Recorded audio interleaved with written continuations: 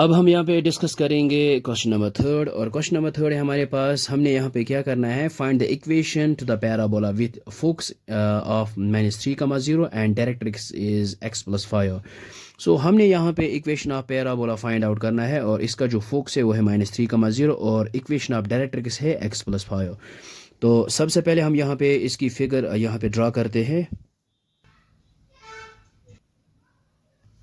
सो मान लीजिए ये हमारे पास एक पैराबोला और इसका जो फोकस है वो है f और इसके कोऑर्डिनेट्स है यहाँ पे -3,0।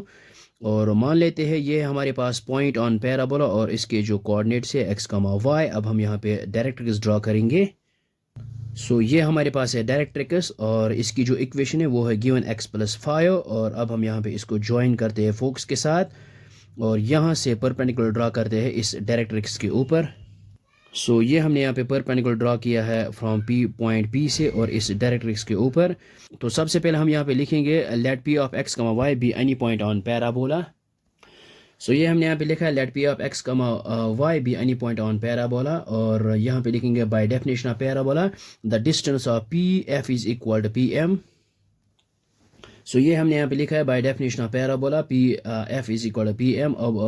अब हम यहाँ पे डिस्टेंस फार्मूला अप्लाई करेंगे। सो ये आएगा हमारे पास square root of x minus, लेकिन यहाँ पे -3, ये आएगा +3 का होल स्क्वायर और फिर है प्लस y -0 का whole square which is equal. So यहाँ पे परपेंडिकुलर डिस्टेंस फार्मूला यहाँ पे अप्लाई करेंगे। सो ये आएगा हमारे पास मॉड ऑफ x+5 और divide by square root of x का जो कोफिशिएंट है वो है 1 का होल स्क्वायर आएगा यहाँ पे। सो विच इज़ इक्वल, ये आएगा डायरेक्ट x+5 के ही बराबर और स्क्वायर रूट 1 आएगा 1 के बराबर। सो ये अब हम यहाँ पे करेंगे स्क्वायरिंग ऑन बोथ साइड्स। सो ये हमने यहाँ पे लिखा है स्क्वायरिंग ऑन बोथ साइड। सो ये आएगा हमारे पास x+3 का होल स्क्वायर प्लस आएगा y स्क्वायर, y -0 आएगा y ही के बराबर और लेकिन यहाँ पे स्क्वायर और यहाँ पे आएगा whole square which is equal, यहाँ पे आएगा x+5 का होल स्क्वायर।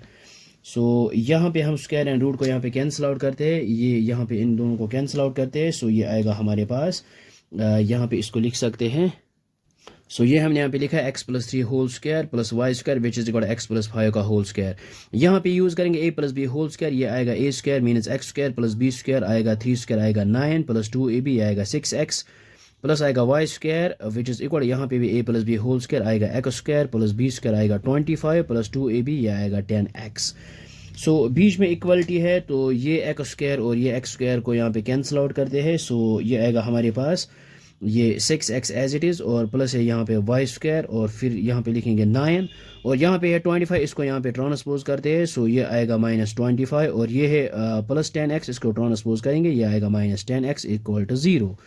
सो -10x प्लस 6x ये आएगा -4x और प्लस है यहाँ पे y स्क्वायर और 9 -25 ये आएगा -16 विच इज़ इक्वल टू 0। सो यहाँ पे और लिख सकते हैं हम, यहाँ पे पहले y स्क्वायर लिखेंगे फिर है ये 4x -16 which is equal to 0। So this is the required equation of parabola. So ये हमने यहाँ पे लिखा है which is the required equation of parabola. So I hope आपको ये समझ में आया होगा, ये बहुत ही आसान है। So thanks for watching this video.